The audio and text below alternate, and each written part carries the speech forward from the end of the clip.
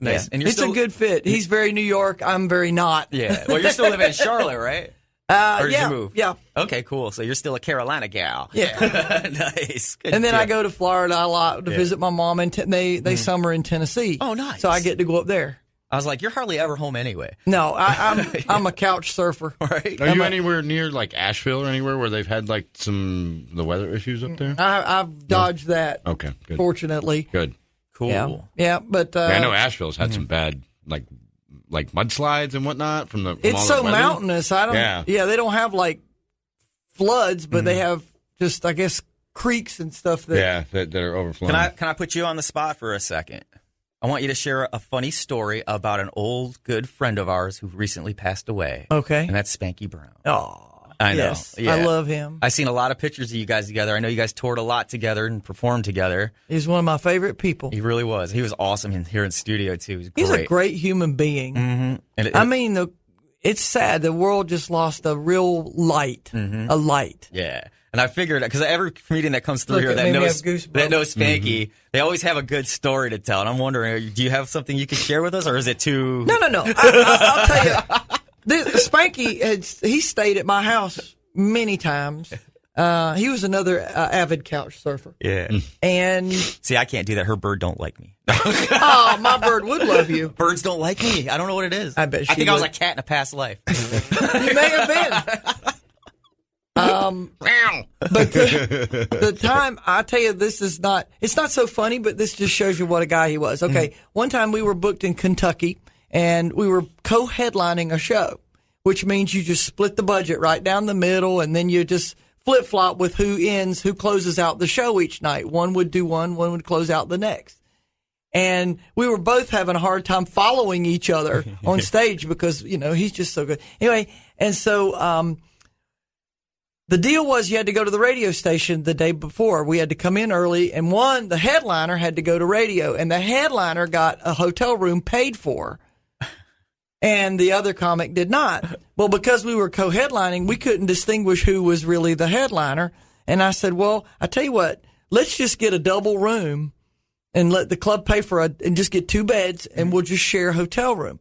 So we did that, and we both got up, and we both went to the radio station. It was great. He's just the best. Yeah. However, during the night, though, Spanky got up to go out and smoke and locked himself out of the room.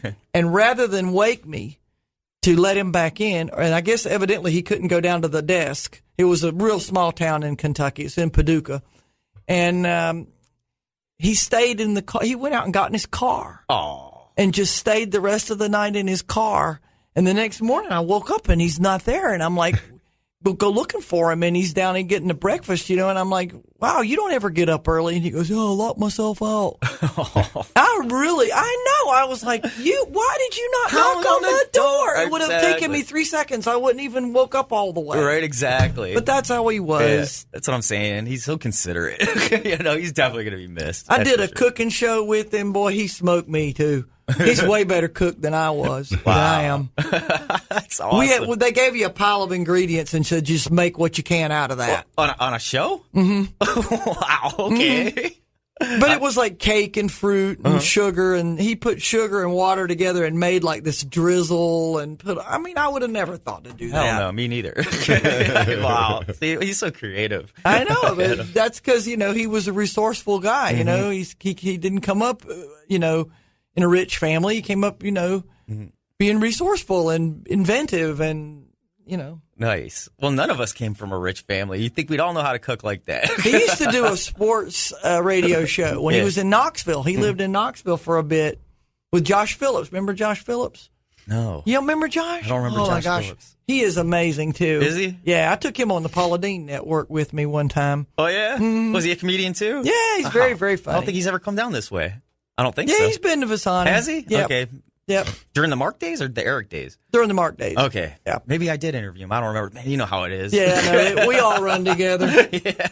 But yeah, Spanky and he did a sports talk show up there, and Spanky has a sister named Avis from Memphis, and she would call in and She was funny. All that whole family was funny. Yeah. But Spanky used to do these fake commercials, and he had one for Aunt Mabel's Bible dusting service. Oh, my God. It was for all the heathens that never get their Bibles out. You know, they'll come dust it off for you, so the when company comes, it doesn't look like you're not practicing.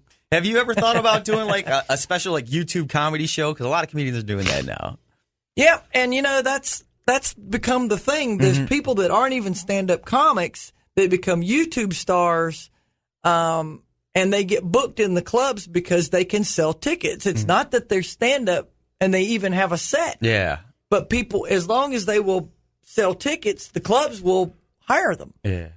And I've thought about this because that is definitely the trend of the future now. And but my feeling is you can't make it happen. I think you need to have a thing you love and you're passionate about.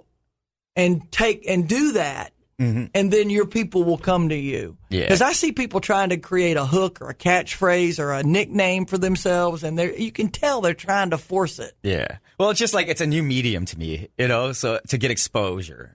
So that's why I kind of like it. And I realize that I need to do more of it. You know, that's the one thing I lack is, you know, the stick to it. But you know what? Now maybe there'll be the year that I start doing more new projects. I need to.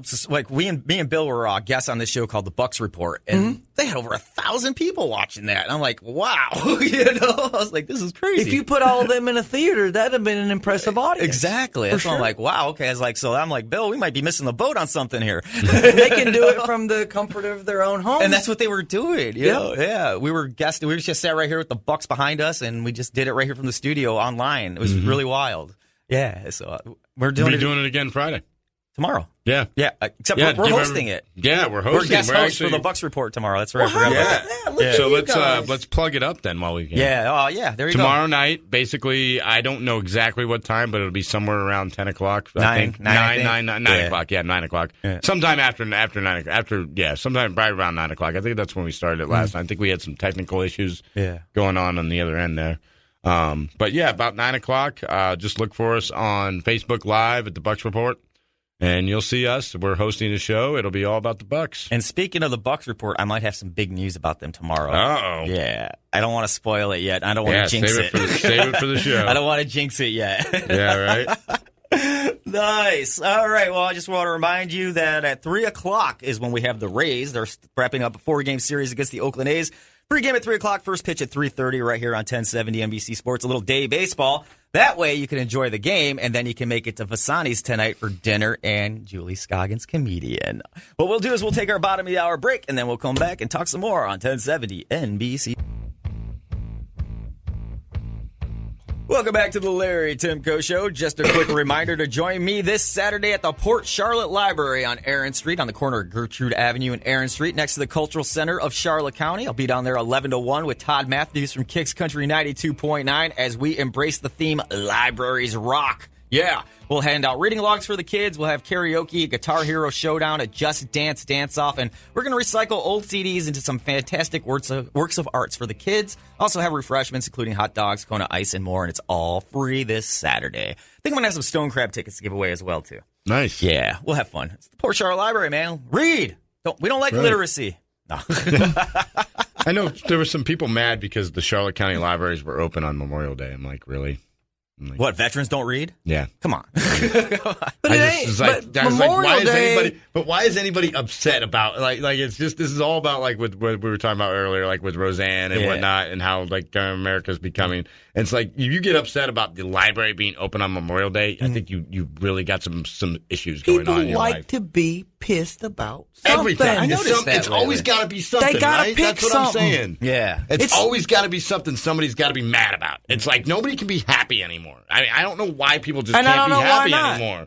Louis C.K. had a bit when he was on The Tonight Show once about how things are awesome, yet nobody's happy. Yeah. And this was years ago, and he was talking about technology being so great, air travel being so efficient and wonderful, well, except Allegiant. And then that's what I'm flying out on. Yeah, right?